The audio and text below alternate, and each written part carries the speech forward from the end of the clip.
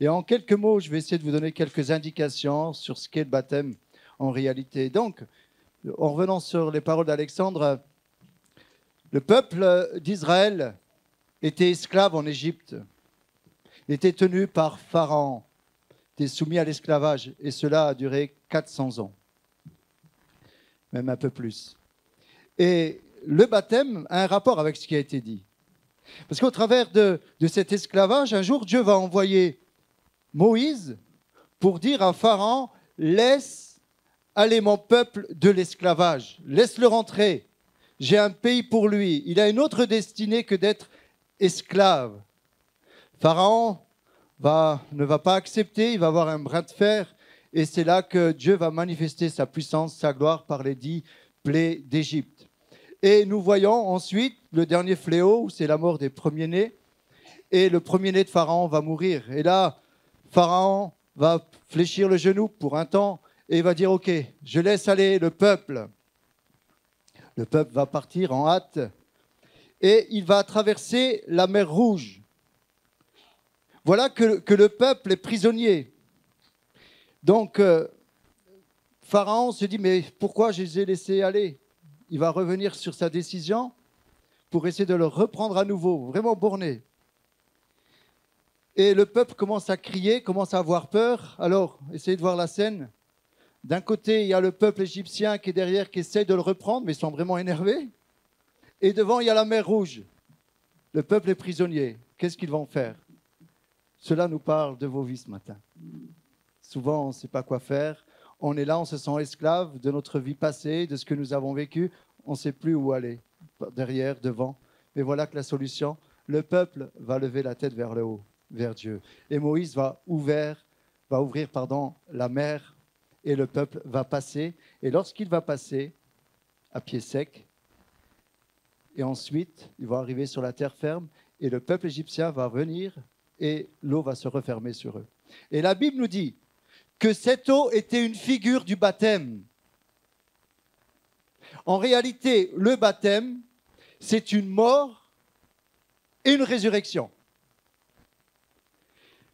Lorsque l'on rentre dans l'eau, en réalité, ça a été votre choix, c'est de dire, voilà, je veux mourir à mon ancienne vie. Tout ce qui a fait mon ancienne vie, que ce soit mes péchés, mes blessures, mes maladies, tout ce qui a pu me marquer, tout ce qui a pu me façonner, tout ce que j'ai vécu, toute trahison, mais surtout, toute cette méconnaissance de l'amour de Dieu. Aujourd'hui, je décide de repartir sur une nouvelle page. Je décide de mourir. Et l'eau est une figure. Cette eau, c'est ça le baptême. En réalité, je meurs et quand je sors de l'eau, c'est comme une résurrection. La Bible nous dit, dans Romains 6, 3, verset 6, Romains 6, de 3 à 6, pardon, en parlant du baptême, « Ignorez-vous, nous tous qui avons été baptisés en Jésus-Christ, c'est en sa mort que nous avons été baptisés. Nous avons donc été ensevelis avec lui par le baptême en sa mort. » Vous voyez, c'est ce que je disais. Donc, avec Jésus, on va mourir dans l'eau et on va sortir pour la résurrection. Afin que, comme Christ est ressuscité des morts par la gloire du Père, de même, nous aussi, nous marchions en nouveauté de vie. En effet, si nous sommes devenus une même plante avec lui par la conformité à sa mort, nous le serons aussi par la conformité à sa résurrection. Sachant que notre vieil homme a été crucifié avec lui, afin que le corps du péché fût détruit, pour que nous ne soyons plus esclaves du péché, car celui qui est mort est libre du péché. Alors, pour donner une définition plus précise du baptême, je donnerai simplement un petit témoignage que j'ai vu sur Internet. Donc déjà, l'étymologie du mot baptême signifie baptizo, qui veut dire complètement immergé. C'est pour ça que nous faisons le baptême d'adultes. Alors peut-être certains sont d'origine catholique que nous respectons. Moi-même, j'étais d'origine catholique. On m'a baptisé. Mais lorsque je suis arrivé à faire ces expériences avec Dieu, j'ai compris la signification du baptême biblique.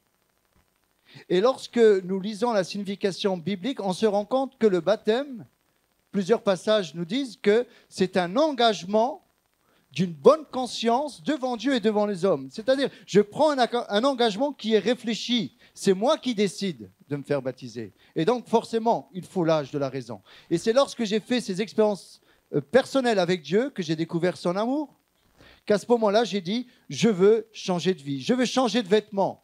Mes vêtements qui étaient souillés, je les ai jetés pour revêtir ces nouveaux vêtements. Donc, l'étymologie, c'est baptizo, qui signifie immerger, plonger dans l'eau. Écoutez bien, le mot a eu un sens profane avant d'avoir été adopté dans la terminologie biblique. Il a été surtout employé par les teinturiers dans les usines de textiles. Après avoir tissé, confectionné un tissu avec du coton ou autre matière, pour pouvoir lui donner sa couleur définitive, on le plonge dans un bassin contenant le liquide qui va colorer le tissu. Le tissu est ainsi baptisé. Il reçoit sa couleur définitive. Donc, baptiser signifie plonger complètement dans l'eau. Alors, dans ce baptême, ce qui est vraiment, pour moi, très important, c'est un verset clé que je voudrais vraiment à tous vous laisser ce matin. C'est une grâce, que ce soit pour vous, mais aussi pour tous ceux qui veulent accepter Jésus dans leur cœur. La Bible dit que si quelqu'un est en Christ, si quelqu'un accepte Jésus comme son sauveur et son Seigneur, si quelqu'un accepte de reconnaître qu'il s'est trompé, qu'il a péché et qu'il veut changer de vie, changer de mentalité, se repentir, à ce moment-là, il y a cette promesse qui est merveilleuse de 2 Corinthiens 5, 17, 18 qui nous dit « Si quelqu'un est en Christ, il est une nouvelle créature.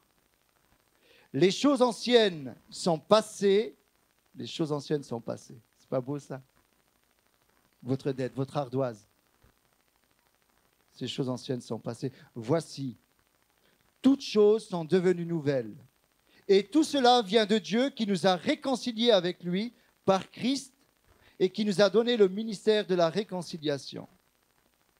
Une nouvelle créature, une nouvelle création, c'est merveilleux. Il est ressuscité avec Christ pour vivre désormais une vie nouvelle.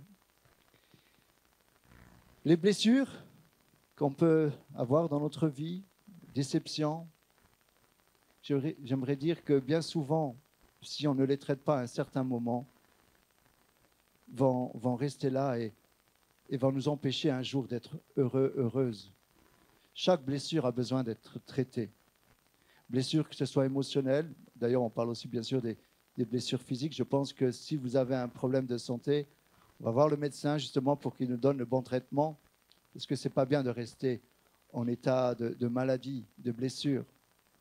Et l'histoire de la Bible, l'histoire de Jésus, peut-être vous ne vous rendez pas compte, vous ne savez pas ce que c'est, mais tout se résume dans la croix. La croix de Jésus.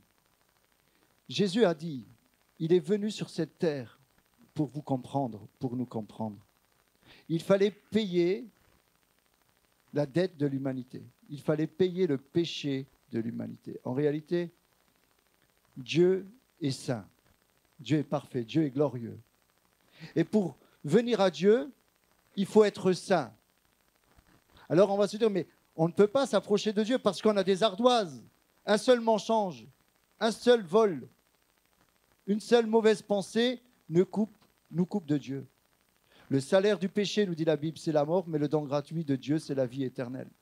Donc la Bible nous dit que le salaire du péché, c'est la mort.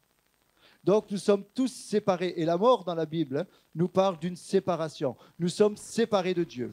Et le jour de notre mort, si nous ne sommes pas réconciliés avec Dieu, j'aimerais vous dire, c'est la Bible qui le dit, si nous ne sommes pas en paix avec Dieu, nous passerons un jour devant le tribunal de Christ. Et des livres seront ouverts, où tout sera inscrit. Mais lorsque nous acceptons Jésus, qui est mort à notre place sur la croix, parce que nous étions pécheurs, pécheresses, il a été pour nous la solution. Il s'est dit, voilà, vous pouvez devenir saints dans votre esprit si vous m'acceptez. Et c'est cela, le miracle de la nouvelle naissance. On accepte Jésus et à ce moment-là, notre esprit est régénéré et nous devenons saints. Et nous sommes des saints qui péchons.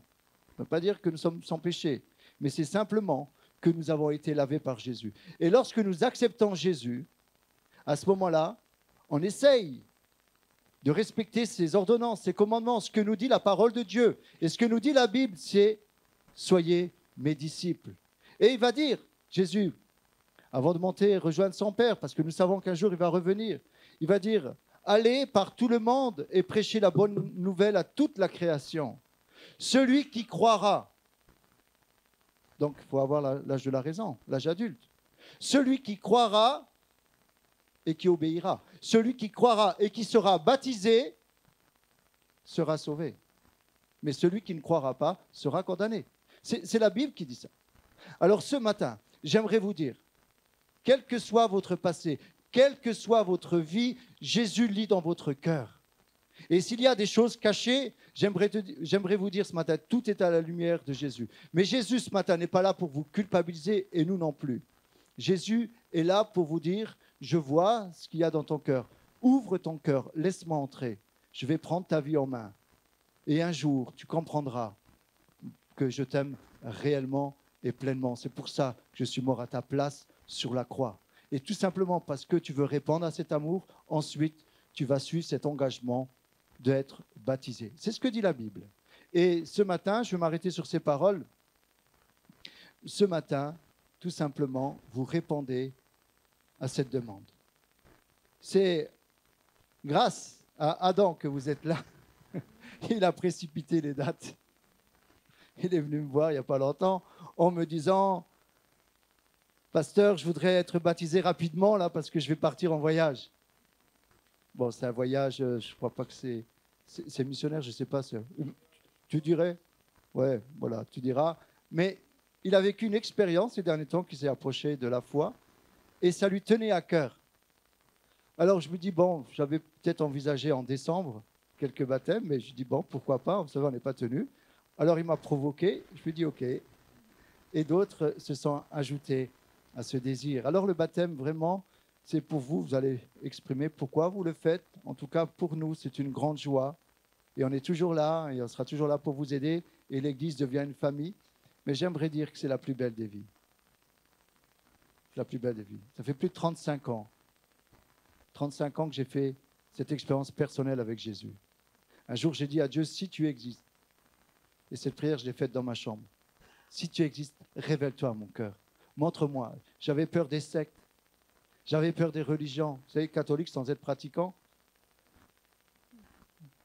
Je me suis dit, mais si Dieu existe, il est assez grand pour répondre. Si Dieu existe, je n'ai pas besoin d'un homme pour me parler. Alors j'ai commencé avec respect, à provoquer Dieu dans ma voiture, dans ma chambre. Et je disais à Dieu, je voudrais bien que tu me montres si tu existes. Donne-moi une preuve. C'était ma façon de demander. Et un jour, Dieu a répondu à ma folie.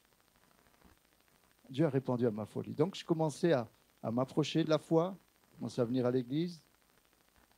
Et le pasteur, qui aujourd'hui est auprès du Seigneur, me disait, tu sais, c'est une question de cœur. Adresse-toi à un Dieu comme tu t'adresses à un père.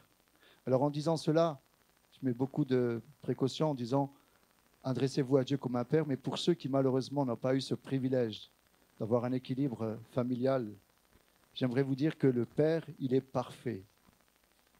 Hein, ce n'est pas le père qui malheureusement a eu des carences dans nos vies, même si nous, en tant que père, on fait le meilleur pour nos enfants, mais Dieu, c'est vraiment un père plein d'amour. Et croyez-moi, si je suis là, après toutes ces années, ce que j'aime le plus, ce que je découvre le plus, c'est l'amour de Dieu. Je vous assure, des fois, je ne suis pas bien, on passe par des moments difficiles. Et rien que le fait de venir me mettre à genoux, des fois, je n'ai même pas besoin de parler. Et là, je sens son amour. On se sent aimé, on se sent porté, on se sent compris, on ne se sent pas jugé. Ça, c'est vraiment merveilleux. Et donc, dans cette expérience, j'ai dit à Dieu, si tu existes, montre-moi-le. Et donc, je commençais à m'approcher, j'observais les uns les autres. Je voulais voir si ce n'était pas une secte. Je voulais voir s'ils ne me prennent pas mon argent. Parce qu'on parlait, oui, ils vont te prendre ton argent et tout. Alors, c'est complètement à côté. Et un jour, je me rappelle, je revenais de discothèque, Bon, on ne dirait pas, mais je savais danser à l'époque. Je revenais de discothèque, je ne buvais pas, bref, j'étais quand même sérieux. Et en rentrant, j'étais sur mon fauteuil, là, tranquillement, et je commence à parler à Jésus. J'ai dit, mais pourquoi tu fais du favoritisme? Comme ça, j'étais sincère. Je dis, mais pourquoi tu fais du favoritisme? Dis-moi, t'as vu, il paraît que tu lis dans les cœurs, donc tu sais ce qu'il y a au fond de moi. Je commence à venir, je commence à m'approcher de toi, mais j'ai l'impression que tu ne t'occupes pas de moi. Par contre, il y en a d'autres dans l'église, tu t'occupes. J'ai entendu des témoignages, c'est vraiment, pourquoi tu ne t'occupes pas de moi? J'ai dit, Dieu, tu fais du favoritisme. Voilà, c'était ma prière. J'étais me coucher. Et puis je dis, bon, allez, je vais quand même aller à l'église le lendemain. Donc le lendemain matin, je me lève pour venir à l'église. Et là, le pasteur qui ne savait pas du tout ma prière, personne ne savait ce que j'avais dit à Dieu. Le pasteur, je le dis souvent ce témoignage, salue l'assemblée et commence son message en disant, Dieu ne fait pas de favoritisme. Il a dit quand même bonjour avant. Mais les mots qui ont suivi, c'était... Alors, comme si je n'avais pas bien écouté, il répète une deuxième fois. Dieu ne fait pas de favoritisme. Et là, j'ai senti, comme jamais, une présence venir sur moi. J'avais l'impression qu'il y avait des projecteurs braqués sur ma vie. J'ai dit, mais pourquoi tout le monde me regarde? En fait, comme là ce matin. Vous me regardez, pourquoi vous me regardez d'ailleurs? Mais là, j'avais l'impression que vous étiez comme ce matin-là, que tout le monde me regardait alors que personne ne me regardait. C'était simplement le Saint-Esprit qui mettait en valeur ce que je venais dire dans ma prière. Et au travers du message, bon, je ne me rappelle plus de tout, mais simplement ce qui m'a marqué, c'est que le pasteur disait que Dieu a une façon de répondre qui n'est pas forcément celle que nous on veut. Et là, j'ai commencé à dire, Seigneur, ok. Mais la plus grande expérience que j'ai faite, c'est que j'ai compris que lorsque l'on prie, Dieu entend. Même s'il ne répond pas comme on veut. Mais là, je me suis dit, j'ai une preuve. Il n'y a personne qui a entendu ma prière pour que le pasteur il parle comme ça, il insiste. C'est que Dieu entend ma prière. Quand on parle, quand on prie, Dieu entend. J'aimerais vous dire, quand vous priez, Dieu entend. Peut-être vous avez fait une prière dans le passé, essayez de vous souvenir. Et si vous êtes là, c'est parce que Dieu a entendu. Et ce n'est pas un hasard si vous êtes là. Voilà, donc je donne simplement ce petit témoignage en disant qu'ils sont là. C'est simplement parce que c'est eux qui l'ont désiré. Et c'est par amour qu'ils s'engagent. Voilà, que Dieu vous bénisse.